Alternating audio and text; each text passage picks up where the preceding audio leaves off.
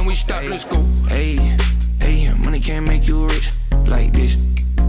Oh, money can't make you rich like this, like this. Money can't make you rich like this, like this.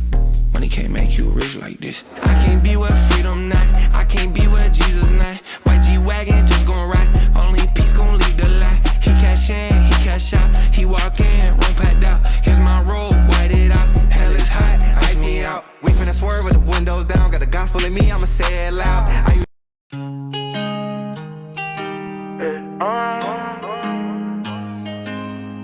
Hey there YouTube, welcome to JT Picks, and today I pick Hulvey's Could Be Tonight. This is Hulvey's final album with Reach Records. He's parting ways with them on good terms just because his contract's up and he wants to be independent, and it's his third studio album with them. He has had his other projects. I believe one's called Holes, the other one is the Broken Heart EP, and he's had the Perry Lane EP, I believe. But he's had a few projects and a lot of songs with Reach Records. There are probably quite a few people who have asked, is this Hulvey's best album? Did he decide to leave Reach Records with a bang?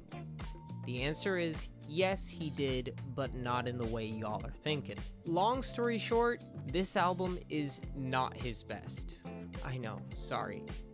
Like Cry, it cracked underneath the narrative pressure and ideas he was trying to convey with this project. In Hulvey's case, simplicity literally won the game for him. His first Reach Records project, which was Christopher, is his best album. It's short enough, which is a problem this album has, that it's way too long. It's simple, it's not trying to be super deep or anything. Another issue that this album has, and I'll explain that in a minute, and it's just all around enjoyable. I am not saying that this album, nor Cry, nor anything Hulvey has done in his tenure at Reach Records has been unenjoyable. For the most part, actually for pretty much all of it, Hulvey has dropped consistent bangers. And this album is no different. It's got really, really good songs there. There are just a few problems. So let's just already start unpacking the problems with this album. Now, I'm going to say kind of as a note here that this review is going to sound a little bit negative, but trust me, as far as Hulvey's albums go, I think this is probably his second best. So I would say Christopher's is best, Could Be Tonight is second, Cry is third. I think that Cry is not a bad album either. I gave it an 8, and it has an exact score of 7.7, which I think hindsight should actually go up just a little bit, maybe to like a 7.9 or 7.8. This album has, and I'm gonna spoil it, an 8 out of 10 with an exact score of 8.2, so I rounded down a bit. But I think that overall, it's a really good project. It's a great project. That's why it has an 8.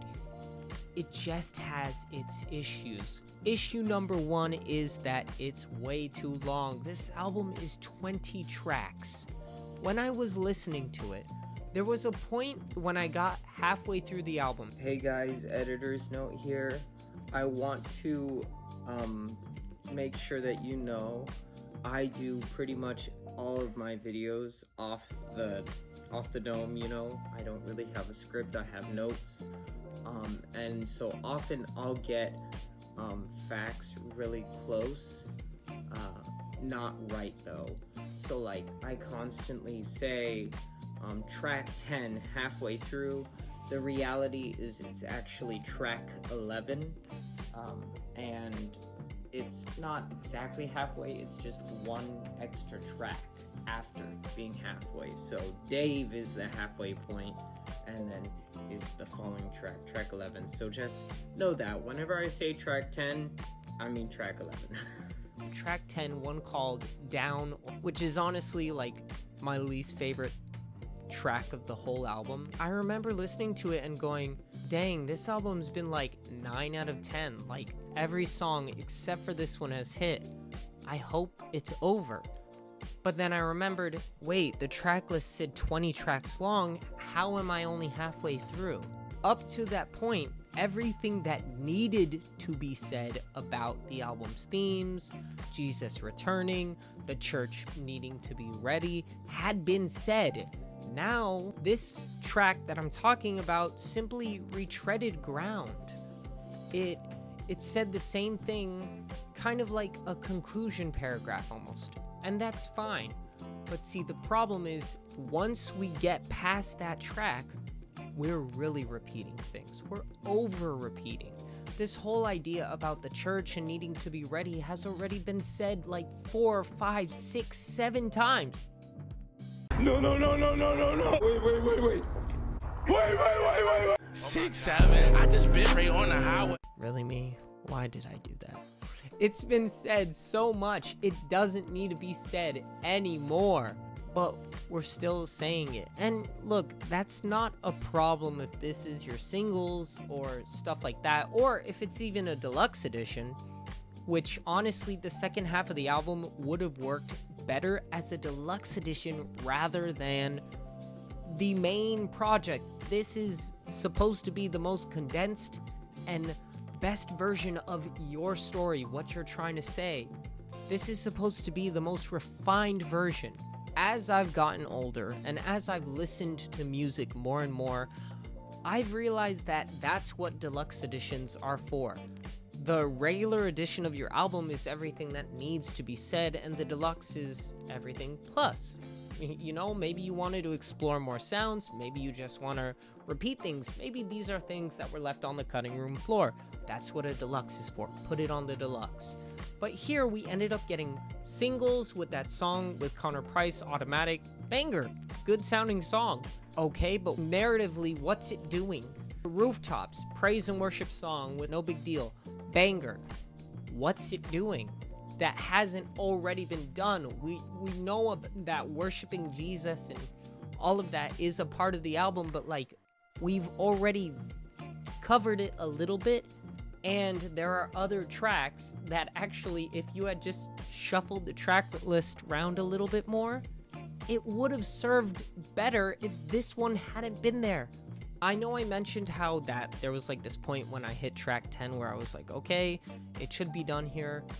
In reality, if you had taken songs like Separation, which honestly did kind of recover ground we had already talked about in the album, I'm pretty sure that like the idea of the church needing to be ready had already been covered lyrically.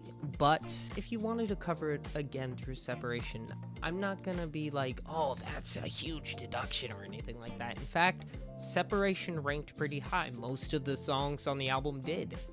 But if you had moved tracks like that one and Forever Shine, put them earlier and then put down, I think the album, it would have gotten a much higher score. Let's just say that. Because at the end, it's like Speechless, good track, deluxe track. We don't really need it. None of the stuff at the end you really need. Even a song like Heroes, which had a beautiful instrumental, you technically don't need because the subject matter has been covered. The song is about heroes, people we look up to. This is an idea that was covered in Influencers. Yes, obviously Heroes covers a different angle from Influencers. Influencers was about, obviously, the people influence us, like how Kanye influenced them, or Disney, or all that. But Heroes was more about praying for those people that we look up to. But this was something that was covered kind of in Influencers. So it's not 100% necessary, and it could have been done on a deluxe. That's what's killing me, because the album was too long. And when you're listening to something and you're feeling like, okay, now I'm getting into homework territory, maybe that's not the best thing. Now, the good news is, for the most part, I didn't really feel like this album was complete homework. But the thought crossed my mind, and that thought is enough to be like, this album should have maybe taken a second thought before it decided to commit to a 20-track list. Another critique is that one of those tracks was a nearly 2-minute talking interlude. Guys, is like Indie Tribe the only people who have ever listened to me? I mean, not that they listened to me, but that they get it. Do short interludes. Why do people feel like a 2-minute talking interlude is the thing? No, I don't even want 40 seconds. I didn't love the 40-second Portia's Prayer on Indie Tribe's latest project, but it's 40 seconds, so I'm not gonna make too much of a big deal about it. But this was like double that, triple almost. I don't want to hear that. And yeah, you gave me some nice instrumental here, but I'm sorry, just no, it's not that hard. You're going to lose points if you do anything over a minute with an interlude, especially if it's just talking. There was another track that I would say no track on this album was bad. That's the first thing I want to say, actually. But there were obviously lesser tracks here. To be completely honest, I barely revisit the track, so I forgot its name. Honestly, all I know is it's Skies something. But I'm just gonna list my 3 songs right here, okay? Those are my least favorite, and those are for reasons relating to I may have not been excited or whatnot, or just like I lost interest in those songs, but I did. And here's the thing that will, I know you're probably listening to this going, this guy's being too harsh. No, I'm not. When I was rating these specifically 3 songs, I gave them no lower than a 6 out of 10. So you're listening to me right now thinking, before I told you those scores, oh, he's probably giving them like a 3 out of 10 or something. He hates them that much. No, a 6. Most of them actually got a 6.5. I think I gave Sky's Priorities a 6.5 because I thought the vocals on the second half from Hulvey and the production was actually really good. And the vocals from the featured artist were actually pretty good on that song too.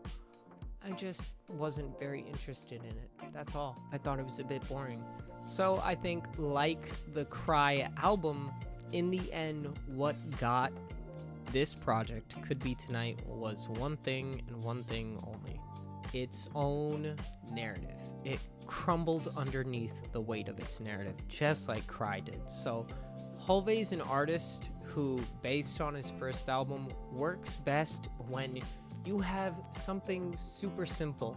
And in fact, in that simplicity, Hulvey thrived because he ended up doing little things that improved and made the project much better than it actually was. Because, like, revisiting Christopher, you're going, this isn't like a crazy masterpiece or anything like that.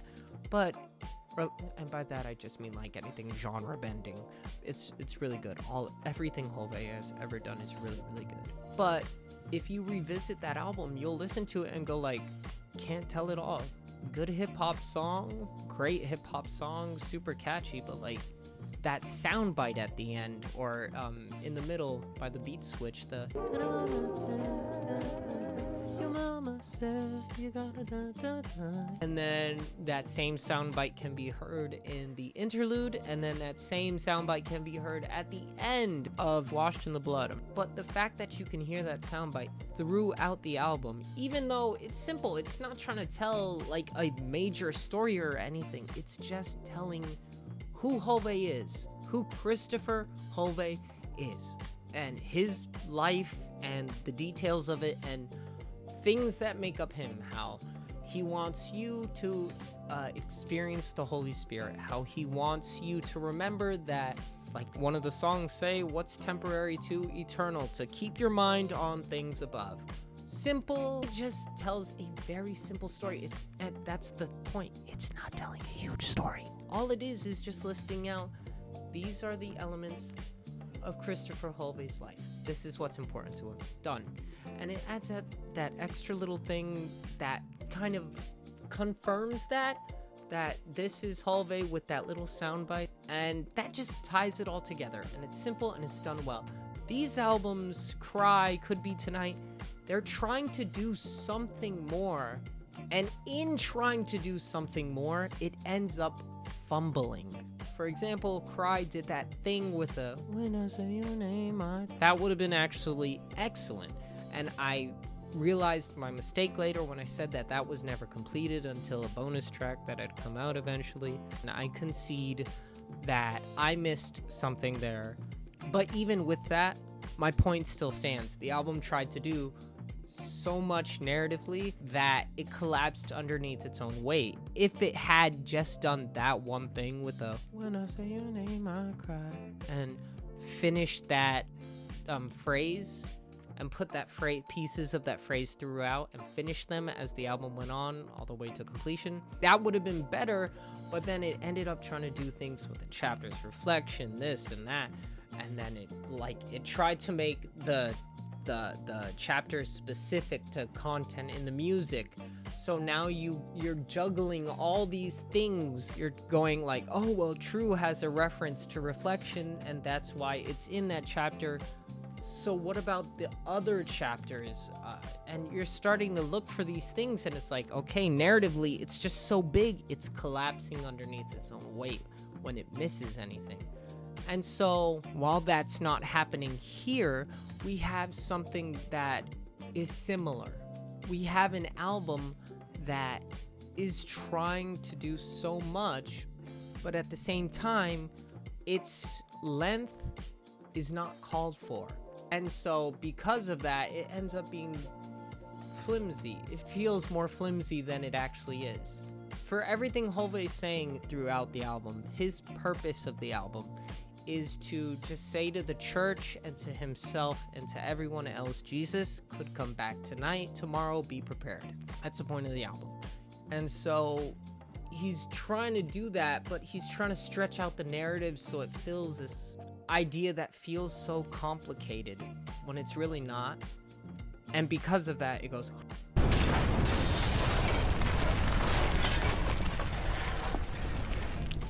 I think that with that comes it all the issues are there. Lyrically, narratively, all the issues can be seen there. That's the critique, and that's the good news, because the critique ends there. Honestly, it does. Because once you get over that hurdle, you then realize the things that are really, really good about the album. And probably my favorite thing about this album, for me, that is the fact that it was entirely produced by Xander. I think that this was an excellent decision to have one producer work on pretty much every song. Yes, on that track down, it kind of felt awkward. These are the last bad things I'm going to say about the album, I promise. I just remembered them. It did feel a little bit funny when he was like saying like, oh yeah, this whole thing's been produced by Xander.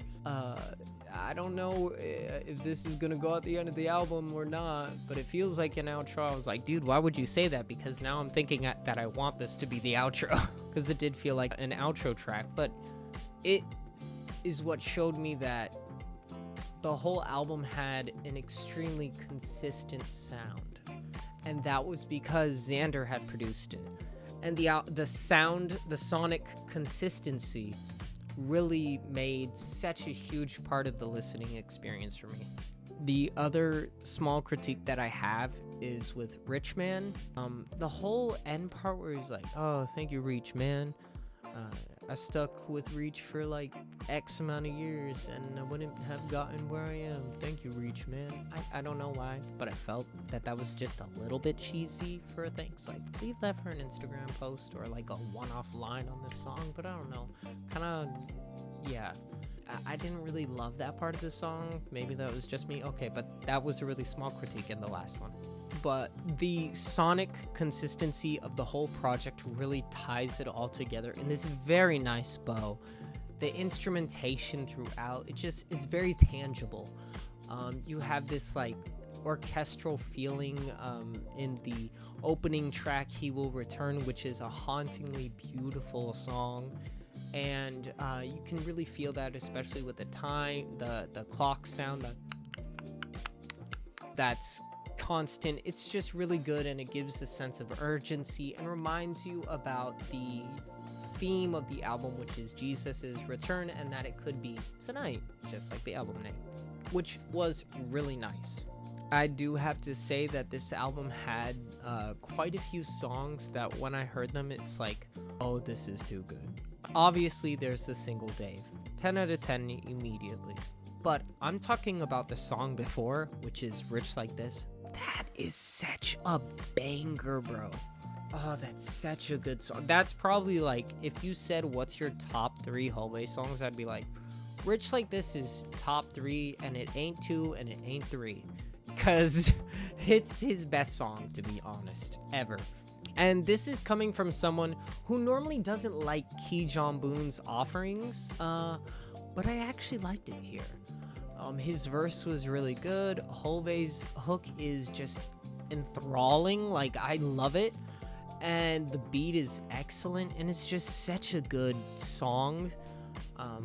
And especially the fact that it precedes Dave, and that Dave is just such a highlight, and that Rich Like This can keep up with it is spectacular. Another song that's excellent is Influencers. The instrumental is beautiful.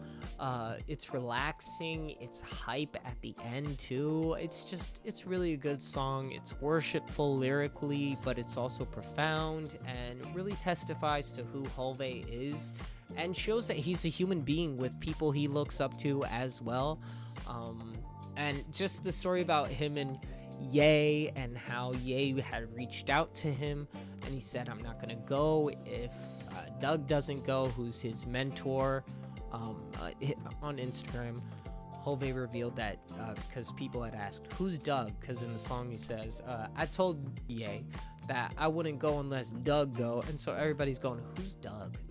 And it's his mentor, apparently, his spiritual mentor. So yeah, but I just think that sonically, great song. OCD's another highlight.